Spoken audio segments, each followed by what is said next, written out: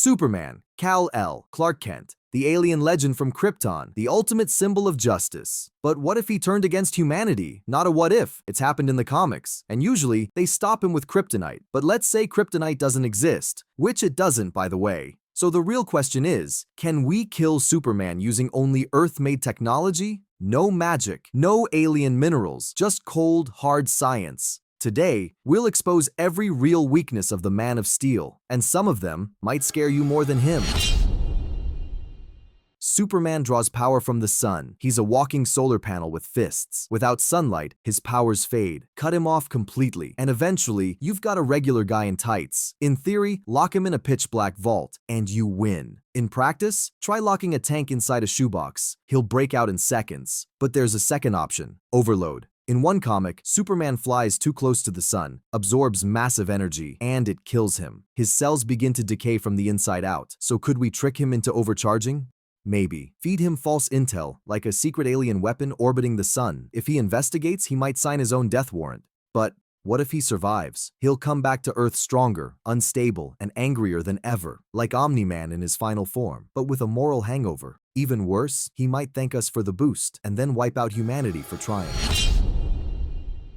Kryptonians lose their powers under red sun radiation. That's why Superman was just Clark back on Krypton. Now, we can't build a star, but we can fake it. Theory says it's not just the light, it's radon, a radioactive gas that might have existed in Krypton's atmosphere. And guess what? Radon emits alpha particles, which cripple Superman's biology. In labs, we use radon lamps and open radium-based tubes for testing. To us, mildly dangerous. To him, cellular sabotage. Some villains have used red sun rooms or even red light lasers to weaken him, and there's even precedent in comics for Kryptonians collapsing in high radon environments. So yeah, your desk lamp might actually save humanity. Just make sure it glows like death.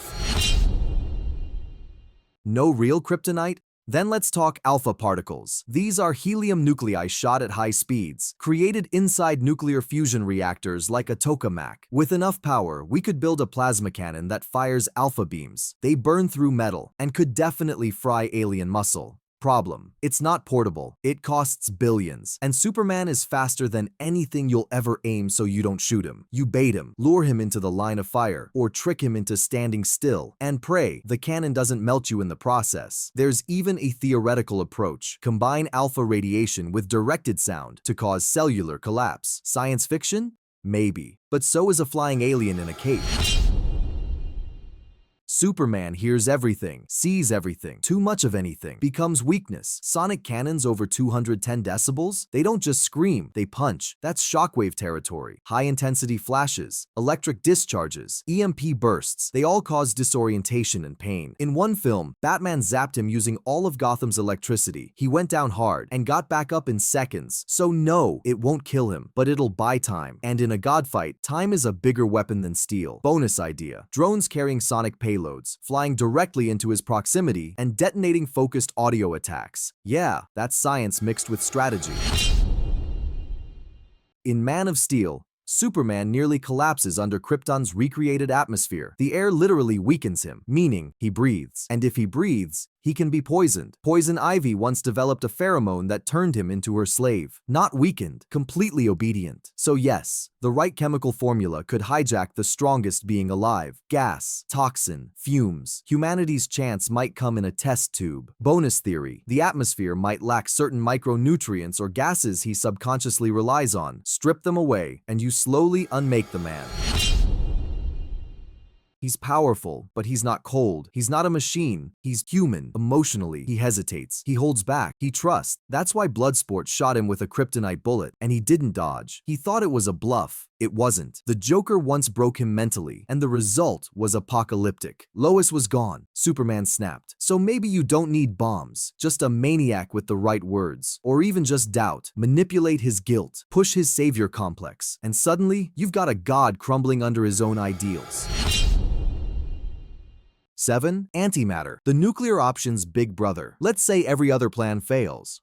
Superman resists sound, radiation, toxins, and even heartbreak. Then it's time for the last resort, something so dangerous, even scientists fear it: antimatter. What is it? Antimatter is the mirror opposite of normal matter. Same mass, but opposite charge. When antimatter touches matter, they annihilate each other. The result? Pure energy. Not fire, not radiation. A blinding flash that erases reality itself. Now here's the terrifying part. We've only been able to create nanograms of antimatter. That's 1/1000th of a gram. Just enough to power a medical scanner or trigger a micro-explosion. But even that tiny amount requires billion-dollar particle colliders and months of effort. So what if we managed to make 1 full gram? You'd have a bomb with the force of more than 40 megatons, more powerful than the Tsar Bomba, the largest nuclear device ever detonated. Now multiply that. 10 grams? 100. Enough to vaporize a city, crack tectonic plates, or destabilize Earth's orbit. So could it kill Superman?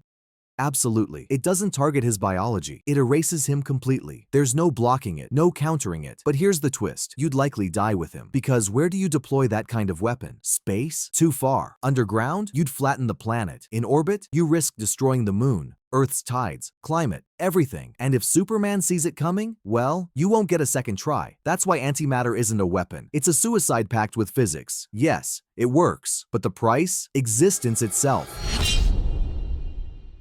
So, can Superman be killed? Yes, not easily, not cheaply, and definitely not cleanly. But with enough science, strategy, and insanity, yes. But here's the real question. Should he be? Because Superman isn't just power, he's hope, he's restraint, morality, a reminder that strength can serve, not rule. But when that hope breaks, when the restraint is gone, then you're not fighting a man, you're fighting a force of nature with emotions. And every option we explored, from radon and radiation to antimatter and gravity collapse, comes with a cost. Not just in lives, not just in weapons, but in what we have to become to pull the trigger. To kill a god, you must outthink him, outmaneuver him, and ultimately outsin him. Whether it's lies, poison, manipulation, or self-sacrifice, no plan leaves us innocent. No weapon leaves us whole. So maybe the real lesson isn't about weakness. Maybe it's this. The scariest part isn't that Superman can be killed. It's that the only way to do it is to become something far worse. This was Core of Lore. Got a darker theory? Drop it in the comments. We'll be watching.